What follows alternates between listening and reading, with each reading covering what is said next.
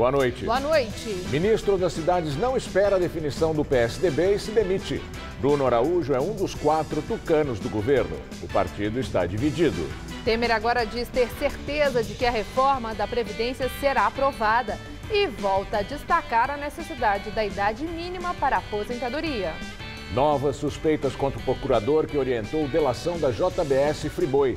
Marcelo Miller teria indicado benefícios aos irmãos Joesley e Wesley Batista. Aberto novo inquérito sobre o governador do Rio Grande do Norte. Desta vez, Robinson Faria é acusado de peculato e lavagem de dinheiro.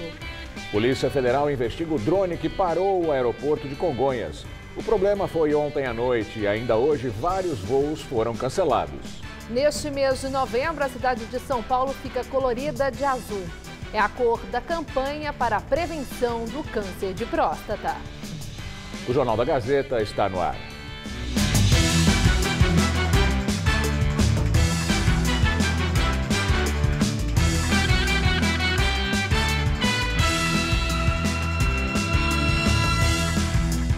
O incidente com o drone que fechou o aeroporto de Congonhas ainda provocou reflexo hoje em São Paulo. Até agora foram 37 voos atrasados e 7 cancelados. Segundo o Departamento de Controle do Espaço Aéreo, os radares dos aeroportos brasileiros não conseguem detectar o uso de drones nas imediações das pistas e nas rotas dos aviões. Foi o piloto de uma aeronave que se preparava para pousar em Congonhas que viu o drone e informou a cabine de controle. O equipamento estava próximo à cabeceira principal da pista e só foi percebido porque tinha luzes na sua estrutura. Áudios da torre de controle fazem um alerta sobre a situação. Não temos previsão para volta das aproximações. A Infraero avista o drone na próxima curta final, então não temos ainda uma previsão. O drone sobrevoou o local por 30 minutos. Um vídeo que está circulando nas redes sociais mostra um objeto próximo ao local onde as aeronaves estão estacionadas. O aeroporto de Congonhas, o segundo mais movimentado do país, teve que ser fechado das 8h15 da noite às 10h30 de ontem. 32 voos tiveram que ser desviados para outros aeroportos, inclusive para fora do estado, além de outros 9 terem sido cancelados. O horário de funcionamento de Congonhas foi ampliado para 1h da manhã, sendo que a pista é fechada sempre às 11h da noite. Cristiane, que é vizinha ao aeroporto, estranhou a movimentação intensa durante a madrugada. E hoje cedo veio ver o que tinha acontecido. Aí eu acordei com barulho de avião, achando que era 4 horas da manhã. Falei, nossa, acho que anteciparam os pousos hoje. Quando fui ver, era 1h26 da manhã. Os reflexos do fechamento da pista puderam ser sentidos até hoje de manhã e no início da tarde. O saguão do aeroporto ficou com um movimento acima do normal. Voos foram cancelados, outros tiveram atraso de até 2 horas. Priscila chegou atrasada e perdeu o voo. Não conseguiu chegar por causa do trânsito, que também ficou complicado na região. Agora voo só 10h10 da noite. Vamos aguardar aqui com criança, não vai ser tão fácil, mas pelo menos vamos embora ainda hoje. Esse grupo de estudantes vai para o Rio de Janeiro receber a premiação de uma Olimpíada de Matemática. Sorte que a entrega do prêmio será só amanhã. O voo da equipe atrasou. Na verdade, tiraram a gente do voo, que era para sair às 14h10, e colocaram no voo que vai sair às 15h50. Então é um certo transtorno, sim, bastante gente esperar, né? Em maio deste ano, a ANAC, a Agência Nacional de Aviação Civil, regulamentou o uso do drone no país. Segundo o órgão, quem for pego usando o equipamento em desacordo com as normas vai responder processo e pode até ser preso.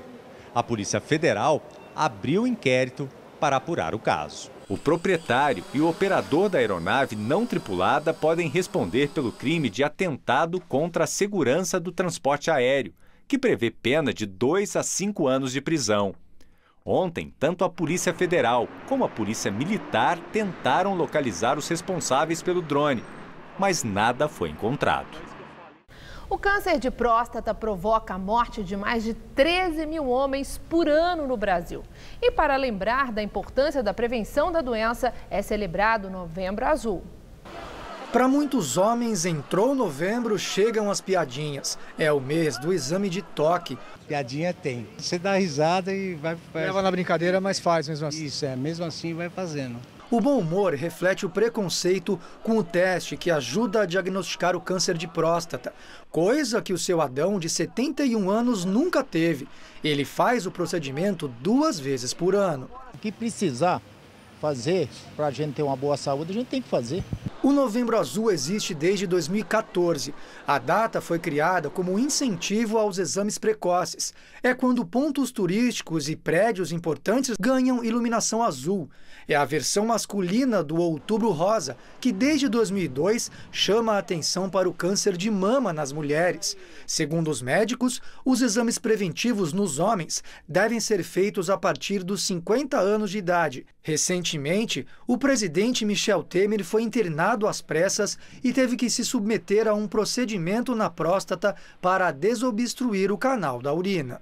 Os tumores na próstata são o segundo tipo mais comum entre os homens no Brasil, atrás apenas dos tumores na pele. Segundo o Instituto Nacional do Câncer, são mais de 61 mil novos casos por ano no país, com mais de 13.700 mortes. Apesar dos números expressivos, as técnicas de prevenção e os tratamentos nunca estiveram tão avançados.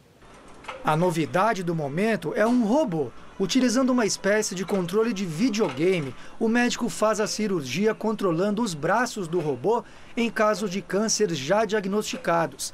A cirurgia está disponível apenas na rede particular e centros de referência, como o Instituto do Câncer de São Paulo, e ainda custa caro.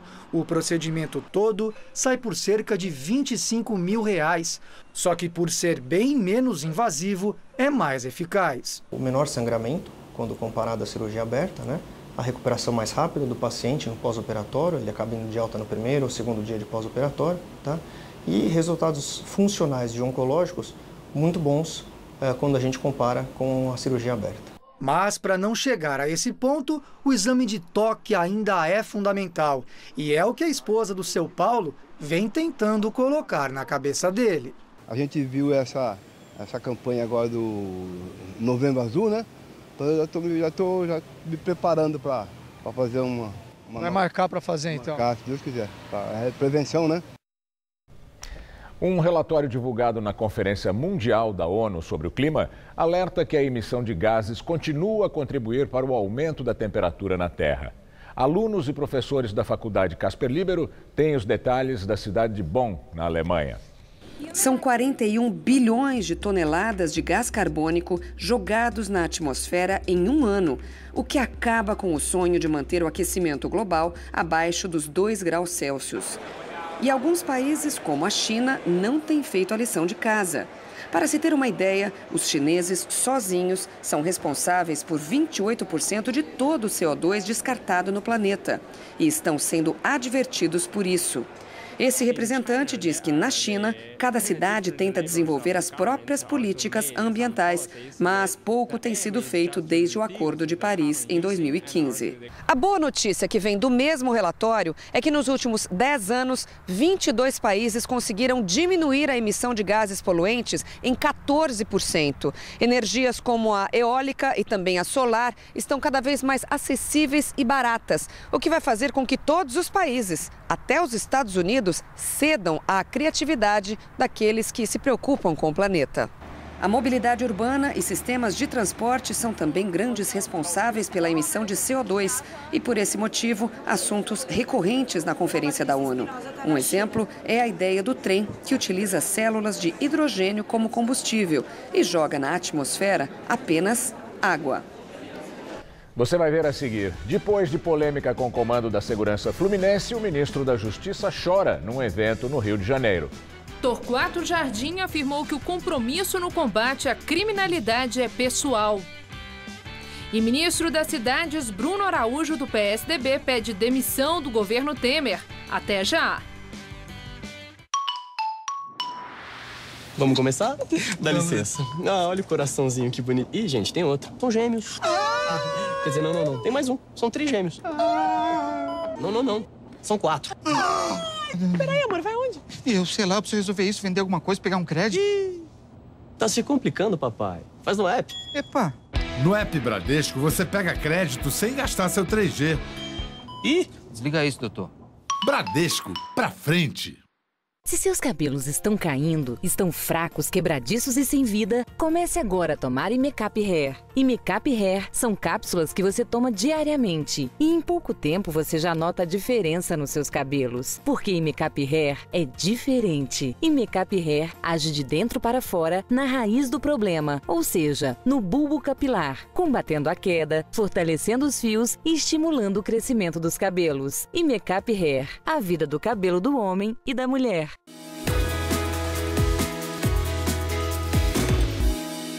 Imecap Antissinais Q10. A revolução no tratamento de beleza. A nanotecnologia associada à coenzima Q10, nutriente vital na reconstrução celular. Imecap Antissinais Q10. Nanopartículas que agem mais profundo na pele, repondo a perda de Q10 ocorrida ao longo dos anos. O resultado, uma pele mais firme e a redução das rugas e linhas de expressão em até 3 semanas. Imecap Antissinais Q10. R$1 bilhão. É quanto a CPI dos grandes devedores da Câmara dos Vereadores de São Paulo já conseguiu recuperar de impostos atrasados. A Câmara economizou ainda R$60 milhões para destinar à saúde, à educação e outras áreas. Os vereadores sabem que a sua participação é fundamental. Por isso, convidam você a participar das audiências públicas ou acompanhar as transmissões ao vivo no portal e nas redes sociais. É a Câmara de São Paulo trabalhando por uma cidade melhor.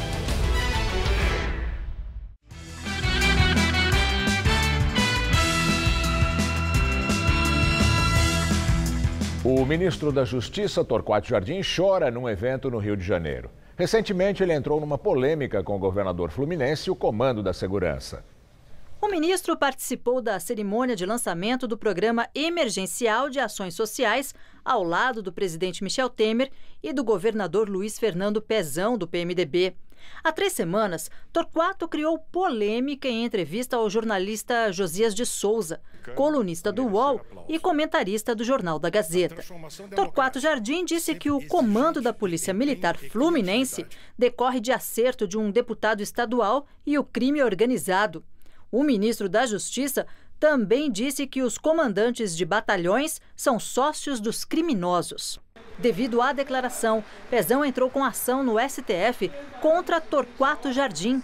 Hoje, ao lembrar da sua infância no Rio, o ministro disse que seu compromisso no combate à criminalidade é pessoal. É esse o Rio de Janeiro que nós todos queremos que vocês sejam mais jovens. Por acima de estatísticas, números, esta tranquilidade vocês terem memória. A memória de uma cidade sabe viver em paz. Daí por quê? E aqui encerro. Meu compromisso com a segurança pública é pessoal. E eu não abro mão desse compromisso. E a ministra dos Direitos Humanos, Luizlinda Valois, também na cerimônia, disse que é preta, pobre e da periferia.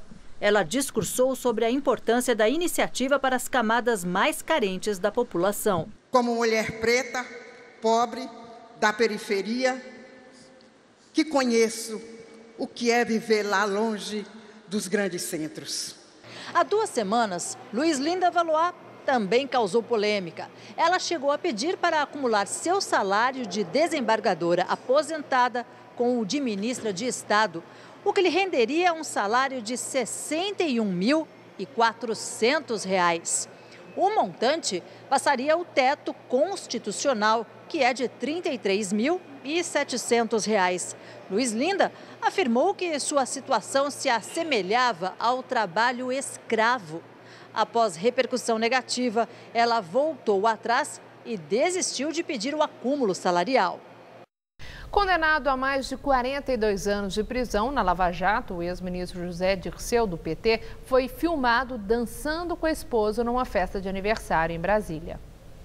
José Dirceu aguarda em liberdade o recurso impetrado pela defesa dele das sentenças do juiz Sérgio Moro, que o condenou em 2 processos da Lava Jato. As penas somadas passam de 42 anos de prisão, mas Dirceu está em liberdade desde maio de 2015, por decisão do Supremo Tribunal Federal.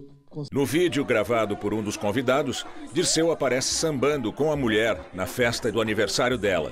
Próximo a ele também aparece o ex-deputado federal João Paulo Cunha, que foi condenado no processo do Mensalão e anistiado pelo Supremo em março de 2016. O advogado de José Dirceu, Roberto Podival, lamentou a divulgação do vídeo. Disse que enquanto estiver em liberdade, Dirceu tem todo o direito de festejar o aniversário da mulher, de um amigo ou de qualquer outro familiar, desde que não saia de Brasília e use a tornozeleira eletrônica, como determinou o juiz Sérgio Moro.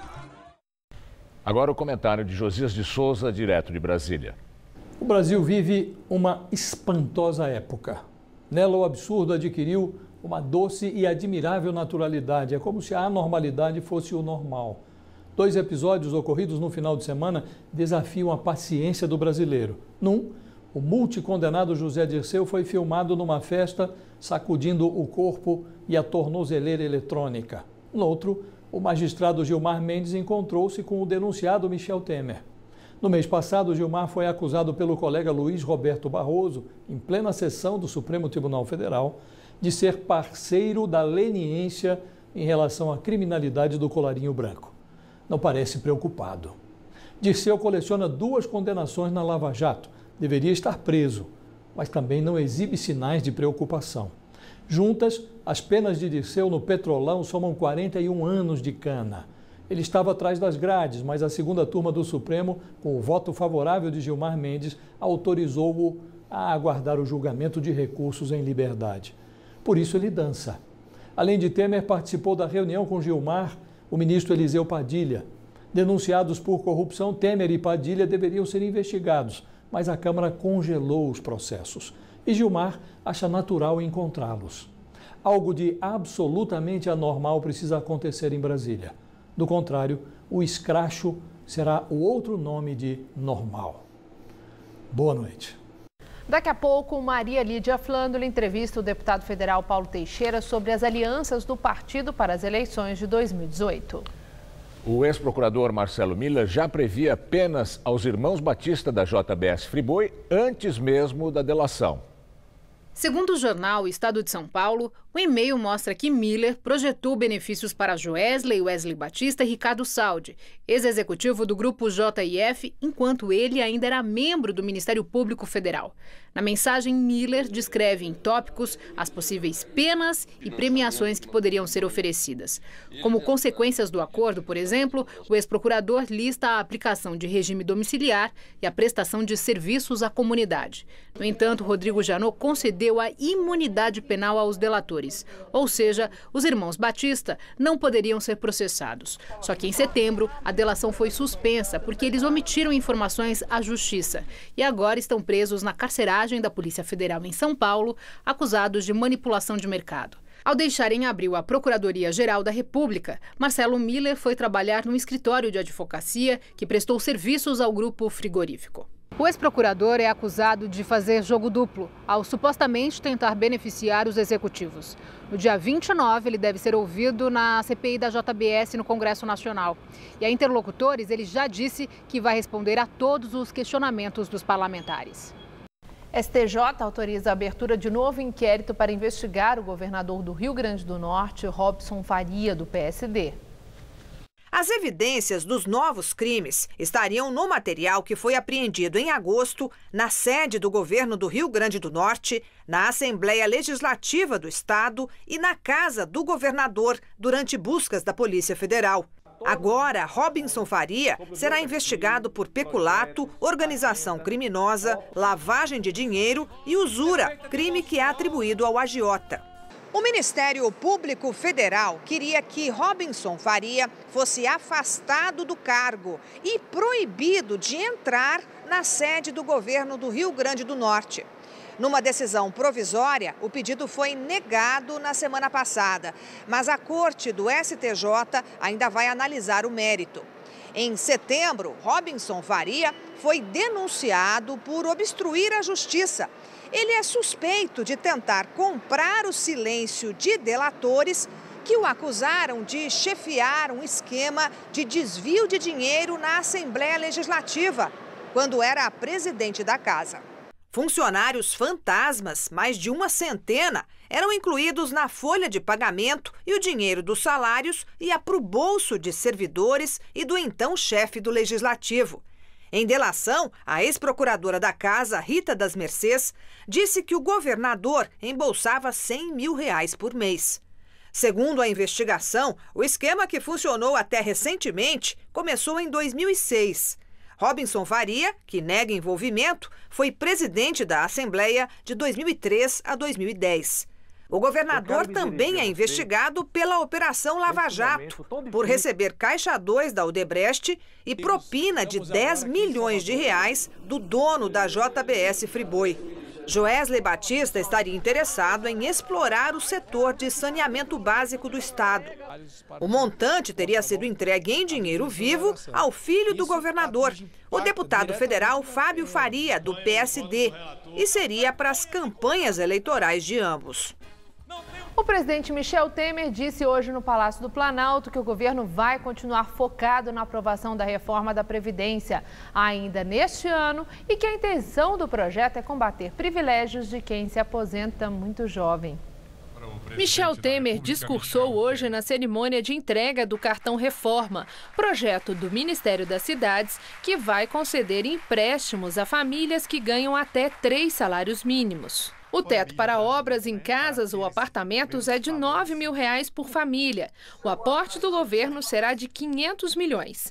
No evento, Michel Temer comparou a polêmica da reforma da Previdência a uma casa que passa por mudanças e que todo mundo reclama no início. Toda vez que você vai fazer uma reforma, a casa fica feia, né?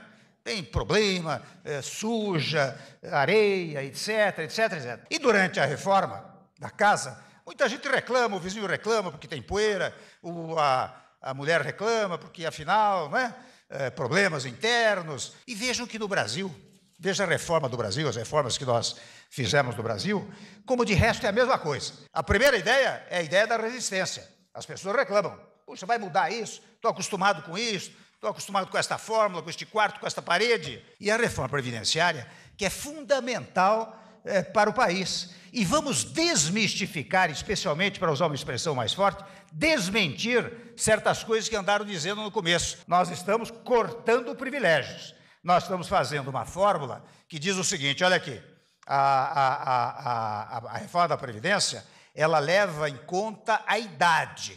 Então, é 65 anos para o homem, 62 anos para as mulheres. O Cartão Reforma foi o principal projeto administrado pelo ministro das Cidades, Bruno Araújo, do PSDB, durante os 18 meses que ele ficou no cargo. No final da cerimônia, Araújo entregou sua carta de demissão ao presidente Michel Temer. Alegou que não há mais clima dentro do PSDB para continuar à frente das cidades.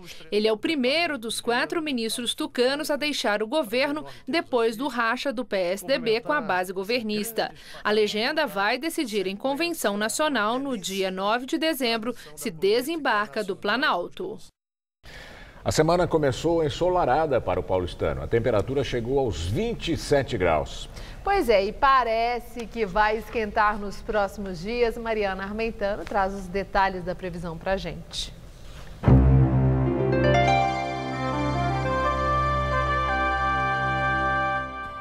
O destaque da previsão agora é o tempo seco que voltou a predominar no centro-sul do Brasil.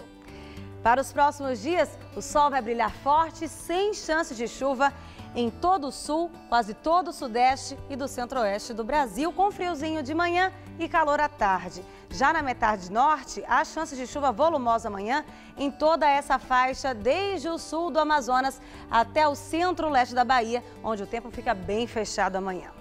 Vamos ver aqui como fica a nossa tabela de temperaturas?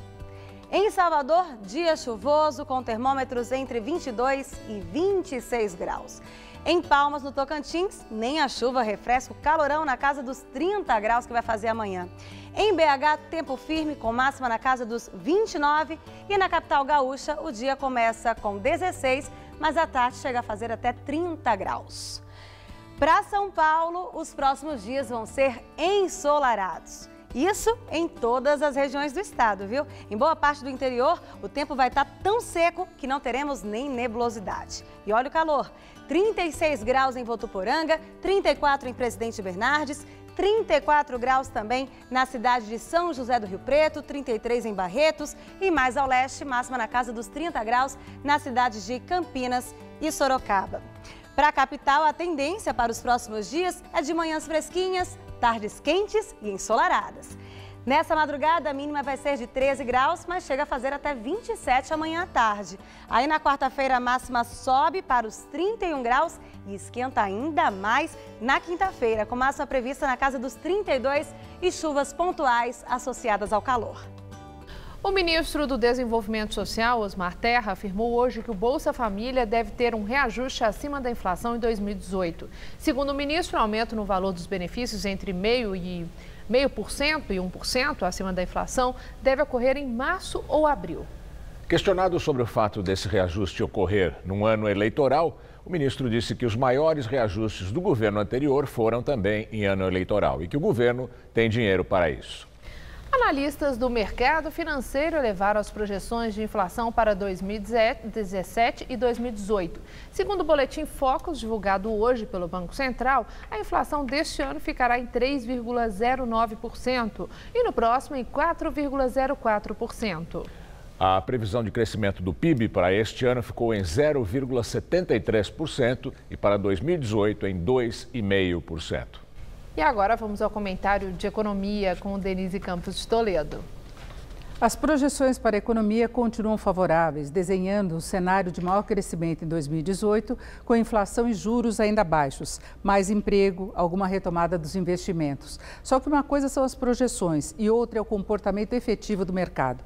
E por aí estamos vendo a bolsa e o dólar com um movimento bem menos tranquilo e uma pressão de alta dos juros futuros, que revelam preocupações com o cenário econômico em prazo mais longo. O que pode ganhar força se o governo Temer não entregar nada de mais concreto em termos de ajuste das contas públicas. Ainda que o mercado continue trabalhando com a queda da taxa básica para 7% no final deste ano, podendo até ter um corte adicional em fevereiro, não se descarta a possibilidade de o Banco Central ter de voltar a elevar os juros caso persista o quadro de desequilíbrio fiscal. É esse risco que as projeções do mercado futuro de juros vêm embutindo, sendo que não basta o governo cumprir as metas fiscais, o rombo de 159 bilhões de reais em 2017 e 2018, para se ter maior tranquilidade. Se cumprir as metas, evita alguma agitação mais séria, mas sem mudanças estruturais que passam pela reforma da Previdência, as contas públicas vão continuar sendo um ponto de vulnerabilidade da economia, que pode até afetar o crescimento. Por isso, o mercado reage muito às discussões relativas à reforma. Se sair alguma coisa, mesmo que seja uma mini-reforma, o país ganha tempo para se reorganizar. O novo governo vai assumir sem a urgência de retomar esse assunto. O mercado volta a ter um comportamento melhor. Se nada for feito, só as incertezas já podem interferir no andamento da economia. O aumento dos juros futuros, por exemplo, já influencia a definição do custo do crédito, que continua em patamar muito alto, reduzindo o potencial de expansão do consumo e de reação da atividade. Tem mais, o dólar mais alto pode acabar pressionando a inflação, interferindo também na definição dos juros básicos e, consequentemente, das taxas cobradas de consumidores e empresas. São só alguns efeitos. Eu volto na quinta. Até lá. E agora as notícias do esporte com Estela Gontijo e Celso Cardoso. Depois do esporte, Maria Lídia entrevista ao vivo o deputado federal Paulo Teixeira, do PT. E tá chegando a hora, o Corinthians venceu mais uma vez e está uma vitória de conquistar o título de campeão brasileiro de 2017, né, Celso? Pois é, Estela, um feito e tanto, né? Garantir a taça com 3 rodadas de antecedência. E pode acontecer na próxima quarta-feira contra o Fluminense. Se vencer o jogo, oficializa a conquista do 7º título brasileiro na história do clube, independentemente de qualquer outro resultado. No sábado, Casim quebrou o jejum de 9 meses sem marcar. Jogando em Itaquera, o Corinthians venceu o Avaí com esse gol de peito do turco Casim, que marcou o 3º gol dele no ano com a camisa do Corinthians. A vitória deixou o Corinthians muito próximo do heptacampeonato nacional. O Palmeiras enfrentou o Flamengo em casa e despachou o time carioca com 2 gols do atacante Daverson, ainda no primeiro tempo de jogo. 2-0 Palmeiras, placar final. Em São Januário, Marcos Guilherme arriscou de longe e marcou um golaço. 1-0 São Paulo para cima do Vasco. No segundo tempo, Andrés Rios tentou o chute. A bola bateu na defesa e sobrou limpa para Caio Monteiro deixar tudo igual. Vasco 1, São Paulo também 1, placar final. Ainda no Rio de Janeiro, o Atlético Paranaense visitou o Botafogo e contou com uma baita colaboração do goleiro Gatito Fernandes para vencer o time carioca pelo placar de 1-0. Gol de Guilherme. Jogando em Caxias do Sul, o Grêmio viu o Vitória abrir o placar logo aos 15 do primeiro tempo com Patrick. Mas 3 minutos depois, Fernandinho deixou tudo igual e definiu o empate na Serra Gaúcha, 1-1. Na Fonte Nova, Robinho deixou dele logo aos 4 minutos e fez 1-0 Galo para cima do Bahia. No segundo tempo, Edgar Júnior, batendo o pênalti, igualou o placar. E o gol da virada também foi dele. O atacante apareceu atrás da zaga e tocou de cabeça no canto de Vitor. Só que Robinho tratou de empatar o jogo marcando um lindo gol. E ficou assim, Bahia 2, Atlético Mineiro também 2. No Couto Pereira, a Ponte Preta saiu na frente do Coritiba com Léo Gamalho de cabeça, 1-0.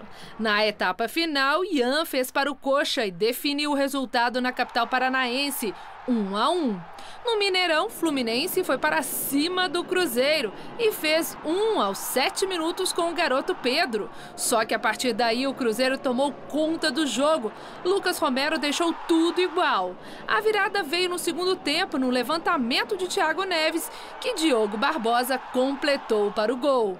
Para fechar, Thiago Neves fez o terceiro e garantiu a vitória da Raposa, 3-1 e fim de papo. Celso, alguma chance remota aí do Corinthians não ganhar esse título? Matematicamente existe, mas na prática, imagina.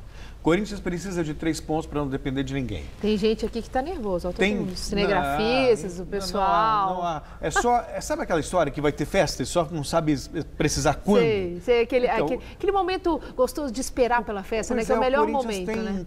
3 pontos, precisa de 3 pontos e tem 4 jogos para disputar. Isso, obviamente, sem depender de ninguém. Talvez nem precise desses 3 pontos, dependendo do que acontecer nos próximos jogos. Mas tem tudo para ser a festa na sexta-feira. Na quarta-feira. Corinthians só depende dele. Venceu o jogo, solta o grito de campeão e recebe a taça. Tá aí então, viu, gente? E amanhã a seleção brasileira realiza a última partida do ano contra a Inglaterra. O jogo acontece no lendário estádio de Wembley, em Londres. A seleção inglesa é o primeiro adversário europeu da era Tite. Inglaterra que empatou com a Alemanha na última sexta-feira em 0-0.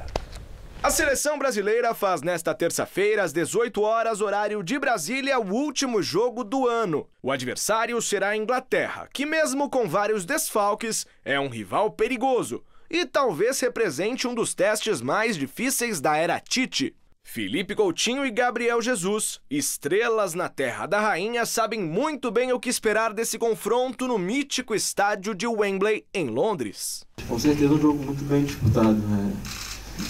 Nós que jogamos aqui na Inglaterra, a gente sabe como funciona um pouco o futebol inglês. É um jogo bem intenso. E com certeza vai ser assim, e a gente vem preparando. Hoje fizemos bastante movimentação tática ali para poder fazer boas movimentações e criar boas chances no jogo. Foi isso que o Coutinho disse, a intensidade deles é muito grande, taticamente é uma seleção bem postada, muito bem postada, então esse vai ser um jogo... É um grande jogo, um jogo difícil, vai ser complicado, mas vamos trabalhar, continuar fazendo o que a gente vem fazendo e procurar sempre vencer as partidas.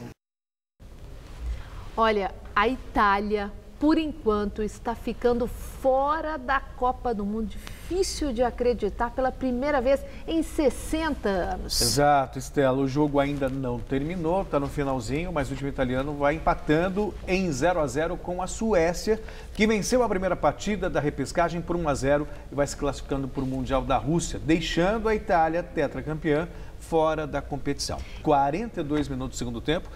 Qual é a situação? A Itália precisa fazer pelo menos um gol para levar o jogo para os pênaltis. Nossa. Então, por enquanto, só um milagre mesmo de San Gennaro para salvar a Itália desse vexame de ficar fora da Copa do Mundo. Nossa, mas também Copa sem Itália, né? Fica sem graça, né? Eu acho que Copa do Mundo não pode ter um campeão como a Itália fora. Vai ser uma coisa boa, a Itália que pode se aproximar. A Alemanha que está na frente, né, do Brasil, né? Sim, 4 títulos sem Itália, 5 títulos sem Alemanha, pra mas... nós brasileiros é bom. Eu acho que mesmo assim, sabe? Não tem graça, né? Não tem graça. Mas vai que, né? Tá no finalzinho. Vai que a Itália milagre consegue, acontece. Né? San Gennaro. É isso aí. Muito obrigada, Salsi. Boa noite para você. É com você, Gamberini. Um festival de projeções em prédios no centro de São Paulo coloriu a paisagem todas as noites até o começo de dezembro. Vai colorir até as noites de dezembro. As imagens podem ser vistas do chão, mas o melhor lugar para apreciar os trabalhos é em cima do elevado Presidente João Goulart, o Minhocão. Cores e formas variadas para recriar a paisagem do centro de São Paulo. Os artistas dizem que a ideia é remixar a arquitetura. Para os urbanistas mais conservadores, calma, porque os 4 prédios continuam os mesmos. Mas à noite se transformam em obra de arte tecnológica. Tá lindo esse, tá lindo. O de lá de trás tá mais bonito ainda. É o Festival Chave do Centro que está colorindo o cinza dessa vista. 4 artistas premiados mundialmente reuniram bagagem e ousadia para assinar 4 projeções gigantes na região do bairro Santa Cecília. Os endereços: Avenida Angélica 177, Alameda Norteman 1020, Avenida São João 1901 e Rua Jaguaribe 25. Então eu sou muito a favor dessa coisa do tirar a arte do museu e trazer a arte para a vida da gente, para dar vida para a gente, né? Uma das projeções está lá naquele prédio, no início da Avenida Duque de Caxias. Passa por todo o Largo do Aroche, atravessa o próprio Minhocão e chega até este outro prédio. E este trabalho, especificamente, contou com a ajuda de crianças e adolescentes que moram aqui no centro. Parei aqui e fiquei admirando, assim, uma tecnologia diferente, uma distância. Estava vendo onde está sendo projetado, é impressionante, assim, a distância que está sendo feita e a alta qualidade, né? Pelos traços, dá para entender o pedido inocente por mais amor em São Paulo, ou ainda mais respeito com o meio ambiente. Essa proposta é do artista Alexis Anastasio, idealizador e responsável pelo evento, que começou a ser planejado há 7 anos. A ideia da Chave do Centro é transformar, né, o centro de São Paulo através de arte e cultura. E com isso trazer mais as pessoas para fora de casa durante a noite e ocupar esses espaços públicos. Os espaços são alugados e o projeto conta com investimento de R$400 mil do Ministério da Cultura por meio da Lei Rouanet. Até o dia 10 de dezembro, todas as noites, das 9h30 à meia-noite, as projeções vão estar ali, no alto, chamando a atenção de quem passa. Acho que é um convite, né, a mais, assim, pra galera sair também. A gente não é só a selva de pedra, só concreto, só trânsito, só o caos, sabe? Daqui a pouco, Maria Lídia Flandre entrevista o deputado federal Paulo Teixeira, vice-presidente nacional do PT. Até já. Existe uma fonte de energia? Está em toda parte. Ela é abundante e brasileira. Essa fonte de energia sou eu. Movidos pela curiosidade e pelo conhecimento, a gente vai longe. Vamos inventar? Uma jornada pelo conhecimento. Petrobras. Olha aí o segredo da Gabriela Pugliese para ajudar a reduzir a gordura localizada. Agora ficou mais fácil você eliminar de vez aquela barriguinha ou pneuzinho com Imecap Redutor de Medidas. Imecap Redutor é um tratamento completo para reduzir a gordura abdominal e dos quadris. Imecap Redutor combina creme e cápsulas. O creme elimina a gordura localizada e as cápsulas agem nas gorduras mais profundas.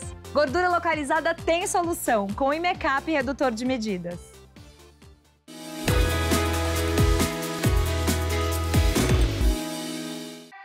Tá a fim de escrever a sua própria história? Que tal dirigir a sua própria vida? Então corre pra cá, que a sua hora chegou. Bem-vindo ao Mundo Casper, o lugar certo para você pensar, criar e questionar. Na Casper, razão e emoção se unem para fazer diferente, fazer melhor. E você? Aceita o desafio? Tem muita coisa nova te esperando por aqui. Faculdade Casper Libero. Vestibular 2018. Paixão por comunicação. Você começa a repor cálcio a partir dos 40 anos, mas com o tempo percebe que tomou o cálcio errado. E aí surgem os problemas com a osteoporose. Por isso você não pode abrir mão de um cálcio certo, Calcitran. Em Calcitran você pode confiar. Milhares de mulheres já se beneficiaram com o Calcitran. E se você precisa de uma reposição de cálcio ainda mais rápida, Calcitran MDK. Calcitran, o cálcio certo, para não se arrepender depois.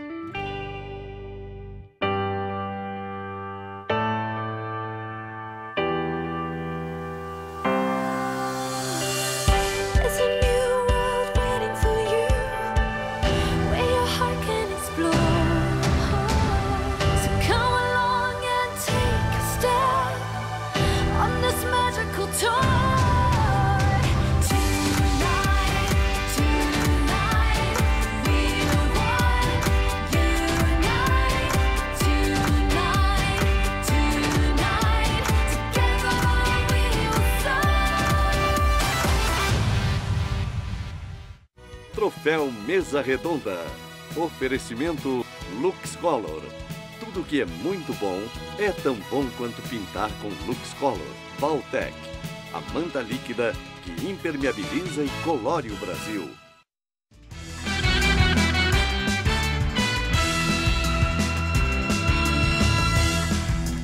Na entrevista do dia com Maria Lídia Flandoli, o PT e a complexa decisão sobre alianças e a candidatura de Lula. Entrevista o deputado federal Paulo Teixeira, vice-presidente nacional do PT. Agradeço muito, Paulo Teixeira, estar conosco. Bom, a largada para a sucessão presidencial já foi dada e vejo que no seu partido, em outros também, mas no seu principalmente, considerando o que Lula consegue nas pesquisas, em primeiro lugar, é sobre quem vai completar essa chapa, sobre as alianças futuras. E o interessante é que, em Minas Gerais, no Palanque, Lula soltou que ele perdoa os golpistas. E aí eu quero saber que interpretação que nós devemos dar a essa frase. Lula quis dizer que está aberto para aliança com o PMDB? Boa noite, Maria Lídia, Gamberini, Estela. Eu agradeço a você, os telespectadores. Eu acho que Lula, ele deve disputar a eleição com as alianças daqueles que estiveram contra o golpe. Acho que esse deveria ser o bloco e é com essas pessoas que nós estamos conversando. Nós temos um diálogo com o PDT, temos um diálogo com o PSB, com o PCdoB e temos um diálogo também com partidos que eventualmente não estejam no nosso arco de alianças, mas que precisamos conversar para resistirmos juntos, a Rede, o PSOL. Evidentemente, tem segmentos do PMDB que tiveram contra o impeachment. O Requião é um caso, o governador de Sergipe é um outro caso, a Cátia Abreu é um outro caso. E só. E só. Agora, o que acho que o Lula, quando fala isso, ele volta a querer tirar atenção. É um modelo mais Lulinha, paz e amor. Dizendo, olha, não vamos continuar nessa tensão, mas as nossas alianças estão nesse campo daqueles que foram contrários ao impeachment. Mas Luiz Marinho, que já é aí um pré-candidato ao governo de São Paulo, já declarou diferente disso, de uma aliança com esses critérios de coerência, de linha de pensamento e também de atitude em relação ao impeachment. Ele deixa claro que é isso, tem que haver uma abertura. E fica a impressão, então, que no PT não há um consenso. Se deve haver uma abertura para alianças com os mais diferentes partidos para garantir horário em TV, aquela coisa toda que a aliança proporciona, ou se deve haver uma coerência ideológica, somente se unir a quem fala a mesma língua? Não, alianças você faz com quem fala línguas distintas, não é? Agora, nós temos segmentos de outros partidos que tiveram conosco contra o impeachment, estão conosco na resistência a essas destruições de direitos como vem acontecendo, não é? Eu acho que a coerência é não errar de novo. Nós não podemos nos misturar com aqueles que nos traíram, que nos abandonaram no meio do caminho, que estiveram Isso quer dizer conosco. que Paulo Teixeira não perdoa os golpistas? Não, eu acho que eu não esqueço deles, eu não me esqueço deles. Evidentemente que você tem pessoas que se arrependem, que mudam, que modificam. Vejam o que aconteceu com o PSB. O PSB, grande parte foi para o impeachment e agora se arrependeu. Eles estão voltando, estão na oposição ao Temer. Esse é um caso que nós precisamos pensar com mais carinho, com mais vagar. Mas eu acho que tem partidos ali que você não pode mais ter ilusão sobre eles. São partidos que nos levaram a grandes problemas, que inclusive a convivência fez com que nós pagássemos caríssimo por essa convivência. Mas esses eu não isso, vejo não mais está... condição de caminhar com eles. Isso não é um mecanismo de defesa? Atribuir ao outro aquilo que também é responsabilidade, no caso do PT? Então, Maria Lídia, o que eu atribuo na nossa responsabilidade foi fazer alianças desse tipo. Nós não podemos mais errar. Quer dizer, reconhecer que quem pôs o Temer lá foram vocês. É verdade. Eu hoje, pensando de trás para frente, em 2011... talvez a nossa aliança deveria ter sido com Eduardo Campos. Ele deveria ter sido convidado para ser vice, ou Ciro Gomes, que estava no PSB, para ser o vice, e não Michel Temer. Essa aliança foi o nosso grande erro e nós não podemos repeti-lo. Bom, e Ciro Gomes, hein? Com tudo que ele vem falando, Ciro Gomes, que não tem aquilo que a gente chama de papas na língua, a chance de... Porque ele diz que Lula é o grande culpado pela ascensão do PMDB. Ele reitera isso, tem falado bastante isso.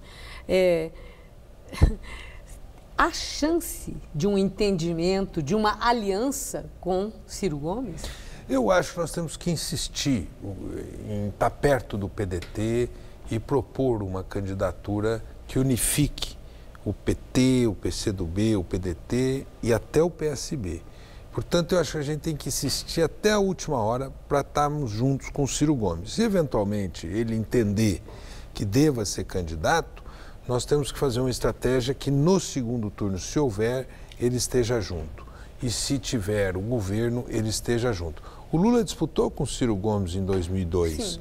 E o Ciro Gomes veio a compor o governo do Lula. Eu não acho que o Ciro Gomes está num campo diferente do nosso. O que pode diferenciar é a estratégia eleitoral, mas seria muito bom se ele estivesse conosco nessa eleição de 2018. Quem que dá a palavra final, hein, sobre alianças, escolha do vice? É o Lula que chega lá e fala, vai ser esse, ou vocês têm aí um comitê? Eu acho que como é que isso é decidido? Tem uma executiva nacional, tem um diretório nacional. É ouvida, mas ela é ouvida? Ou os caciques é que decidem? Não. A executiva nacional é ouvida, em última instância, o diretório é que vai decidir sobre a aliança, vai decidir sobre a chapa. Mas, evidentemente, que o Lula tem um peso nas suas reflexões. Por exemplo, o Lula foi um cara que defendeu a candidatura do vice para José de Alencar. Ele acertou, na minha opinião. E agora, em um vice para Lula, vocês estão procurando reeditar aquela chapa? Porque aí pegariam, do ponto de vista das correntes de pensamento, também um nome representativo de setor privado, como foi em 2002, e a candidatura Lula. Acha que isso possa acontecer? Estão atrás desse nome? Diz que na medicina, no amor e na política, você nunca diz nunca e nem sempre, né? Evidentemente, com um nome...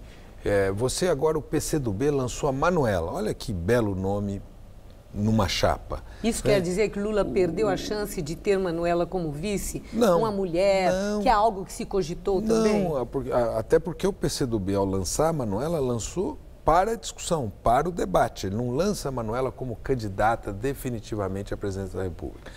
Ela é um nome que surgiu, o Ciro é um nome existente, o PSB deve ter outro nome para a composição, e porque também um cara como o filho do Zé de Alencar, que tem o perfil dele, também não seja um nome a ser pensado. Então nós temos que... Tem tempo ainda, eu acho que nós temos ainda 8 meses. Mas está com medo de que Lula possa ser condenado em segunda instância e inviabilizar esse projeto que é o sonho no PT? Olha, Maria Lídia, quando tinha o nazismo, que a justiça estava muito fora da casinha, as pessoas diziam, ainda tem juízes em Berlim, quer dizer, a justiça ainda.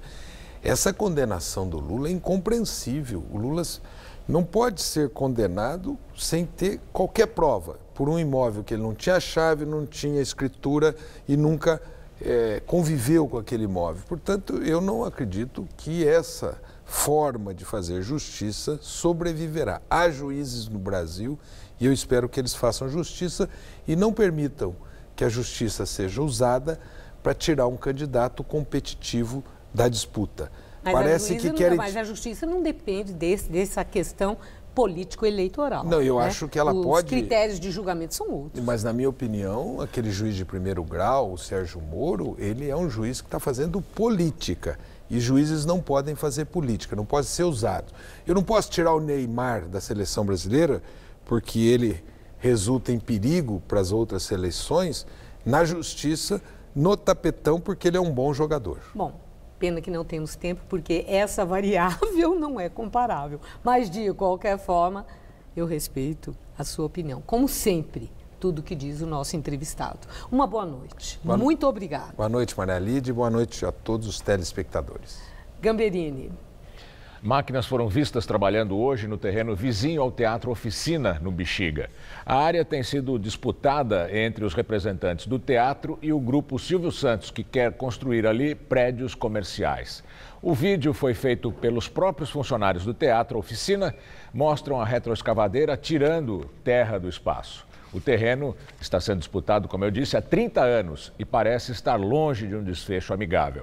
Numa reunião recente no SBT, foram discutidas várias ideias para o terreno, que fica ao lado do teatro, no bairro do Bexiga, e é da construtora Cisan, do apresentador Silvio Santos.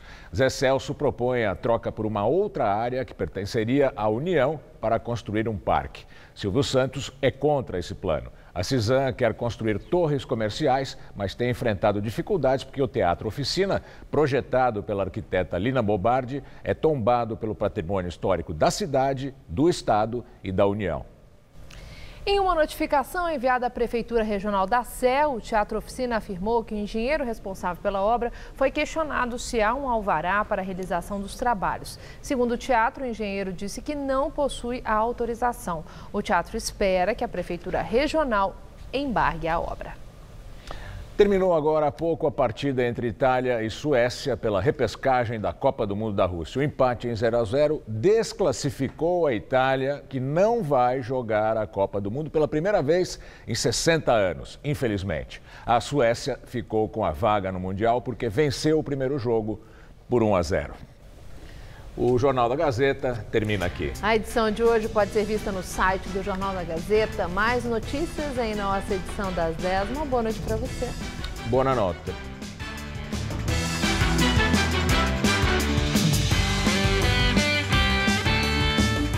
Ronifon recebe o jornalista Arthur Veríssimo no Todo Seu. Logo mais, 10h30 da noite.